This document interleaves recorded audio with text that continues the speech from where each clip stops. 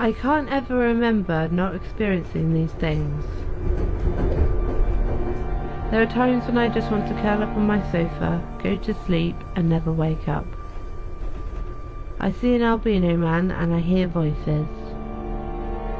He has white curly hair and red eyes, and he always wears a purple shiny suit and carries a briefcase.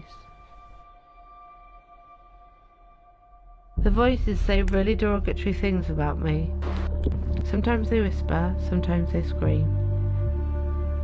I'm now part of a cult, and I'm scared of getting hurt.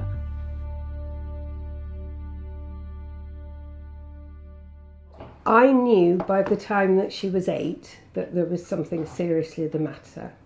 I didn't know what, although I did have an inkling. You know, one of the very interesting things which I discovered as things developed was that initially Hattie assumed we all heard voices, and it was some time before that sort of came out that she was experiencing something that nobody else around us did. When she was about 13 and the new psychiatrist met Hattie very briefly after she'd been admitted to the children's ward here following an overdose, he didn't tell me he was going to see her. He didn't invite me to be there. He went and stood at the end of her bed.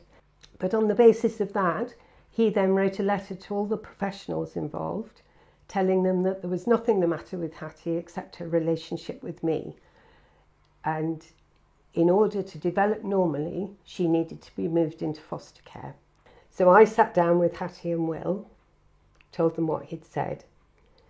And I said, the problem is, if we don't do what he's advised, then every time in the future something goes wrong, they'll say, well, if you'd done what we said.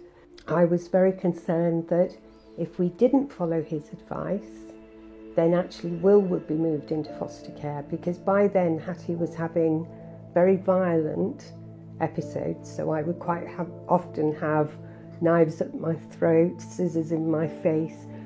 And what became apparent over a period of time was that when Hattie went into a crisis, one place she needed to be was here, because this was her safe place to be. So although for a long time professionals were saying because the crises happened here, they were caused by what was going on here, actually the opposite was true, that this was where it was safe to have that crisis and to know that she would be well cared for.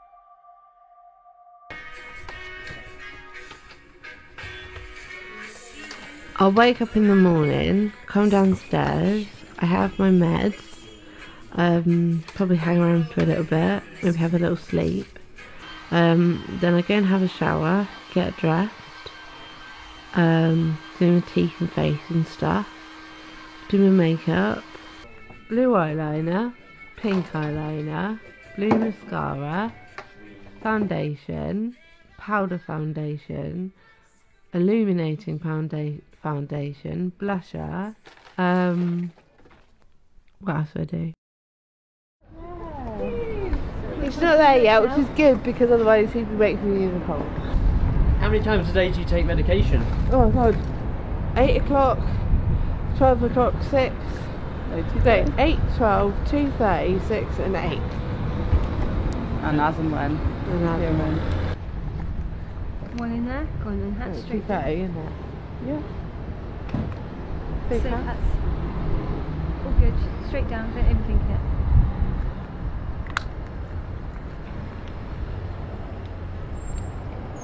Well done. Smashed it.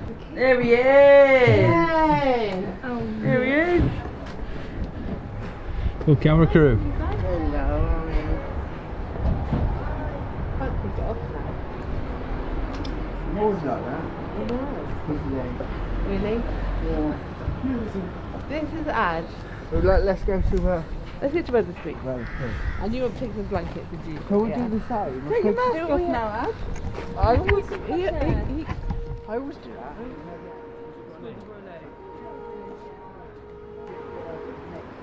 Basically, every psychiatrist and psychologist and mental health team person I met either said it was Mum's fault or that I was making it up and making a fuss and there was nothing wrong.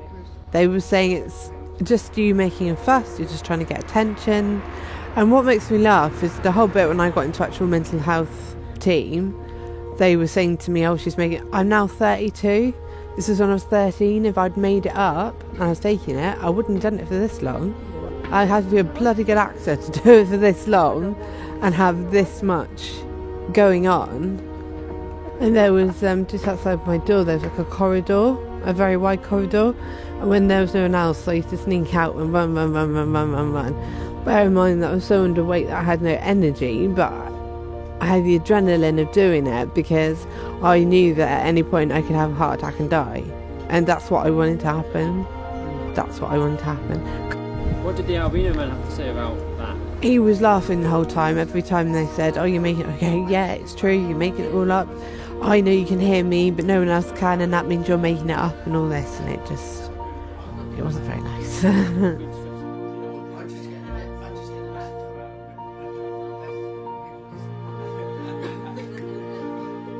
What stood out about Hattie? Oh, his smile. That's what it was. And the connection I had. It was just that spiritually I knew that that's where I belonged. And so there was something there. It's weird. Because I just feel like he gets me completely. Like, I feel like I don't have to be someone else around him. Like, when I'm having a crappy time, he understands that. You know, he'll be supportive and he'll be kind and he'll be caring. Like, every time I get distracted, you notice straight away, don't you? I do. So as soon as he sees me getting distracted, he'll say my name or touch my arm or whatever, which is what I need. You zone out as well, don't you? So I have to do the same for him sometimes. Sometimes it's hilarious because we both zone out. Yeah.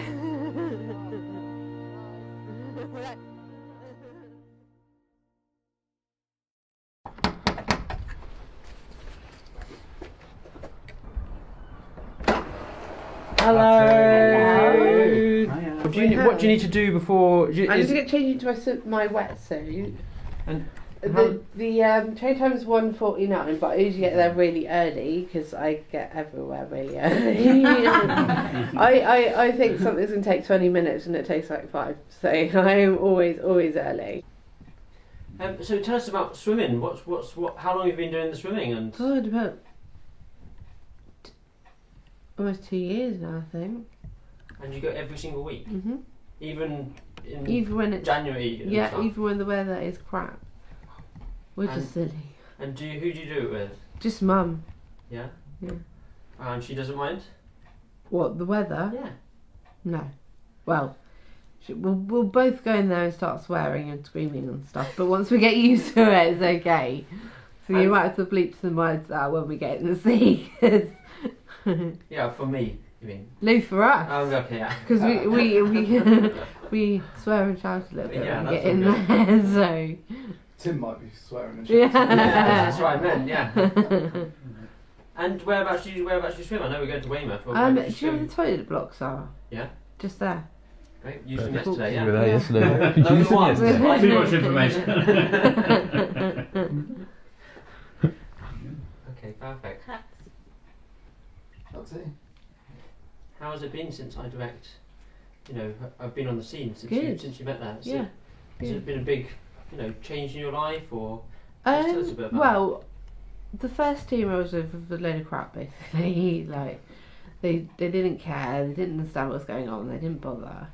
But yeah, when I changed to my direct, it all changed. I felt like they understood me and they're listening to me. So yeah. And have they got you into any? I know you've told us about drama, but what else kind of things you like doing? Shopping. What for? Clothes. Of course. And shoes And shoes and hats and scarves and gloves. Yeah. Hats. I noticed this picture as well. Did you? No. It's amazing. isn't it? One of my staff care worker or whatever did it. She's actually left now, but your care workers, wow. yeah, she's amazing at drawing. She's like, it actually looks like a proper picture when she draws. Oh, it's so nice as a gift as well, isn't it? And up there, Yeah. which is fucking big letters because that's my favourite word. Yeah. He's read. This is from my brother. He did one for my mum and one for me for Christmas, and it's all kind of like quotes that he thought were kind of to do with us, and so yeah. Yeah, nice. I like the title. Give me the title, can't it?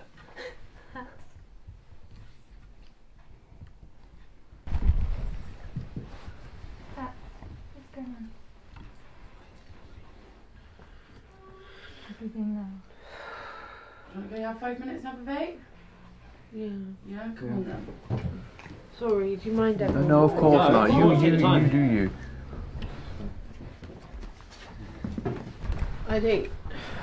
I am seeing hear voices, and I see an Albanian man, and sometimes they scream at me. Well, they scream at me a lot. They scream at me all the time, but sometimes they just get too much. So I need to kind of take a break and just kind of breathe.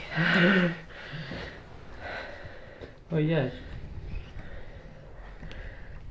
You should. Sorry, I felt really stupid. You should do that whenever you need to today. There's no pressure and Having a no vape rush. helps hats a lot, doesn't it? Yeah. Yeah. Sorry about that, everyone. It's all part of it, actually, isn't it? That's why you got that support. Yeah. Yeah. It's at in your time, your Yeah. pace. If you Yeah. need to have time out, that's fine. Yeah. Everyone understands that. Yeah. Let me see. Gotta get a shot. Gotta get a shot. Not too close because I haven't got any makeup on. I don't have my... Okay, wait. Nice. She's ready. She's ready. Yeah. I'm ready. Knickers, got wetsuit, got. Oh, hang on, I need that men's bag as well. Yeah, so you got your PRN and your meds bag. Yeah, there we are, that's there. Okay, Vape. let's take one. There. Great. Can you hold on to it? 'Cause you're on the mic. Right. Phone. Phone. What's that? Phone here. Oh, that's it. I'm just going to take some PRN, which is, So you take a dad's pan, don't you? And when the As and voices when. in Albanian man get really bad, I have a tablet, and that helps. safe than hats.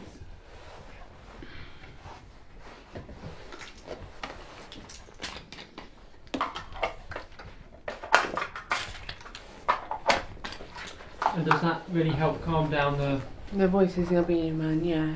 I'm on clozapine, which is a really very quite a potent antipsychotic. It's one of the strongest ones around, I think. And I've been in there for quite a few years now. But diazepam is kind of relaxant. So Yeah, when I get anxiety really, as well, yeah, isn't when I it? get really anxious, which I do because of the voice in Albanian man, then I'll take one. So. Well, we're going on an outing, aren't we now? Thank you very much. See you later.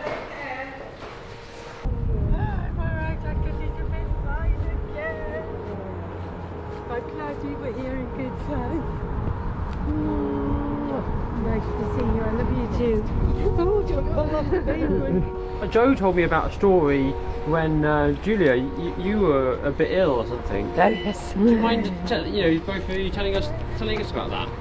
Okay, so I'm the ward clerk in critical care. I left work on a Friday afternoon. 9 o'clock on Saturday evening, I suddenly started to feel very unwell. I thought I had norovirus. Warned Hattie to stay away. Sat at home for the next few days expecting to get better and didn't.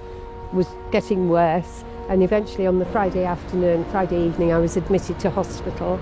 It turned out I had very severe pneumonia with very severe sepsis and was within 15 minutes of having a non-survivable cardiac arrest. And I had 10 days in hospital, 2 nights in critical care.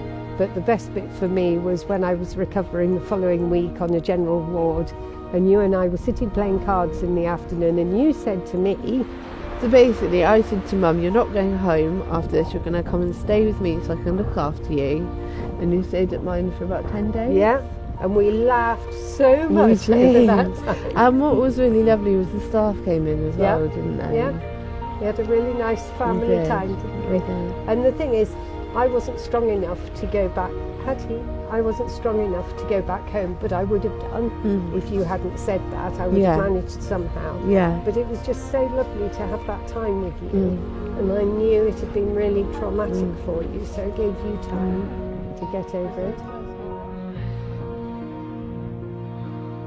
I know it's a difficult question, but what do you think is a good life? You know, what does that mean to you? What I've got now.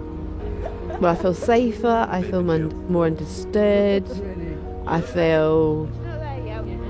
I don't know really, this is just the best place I've been.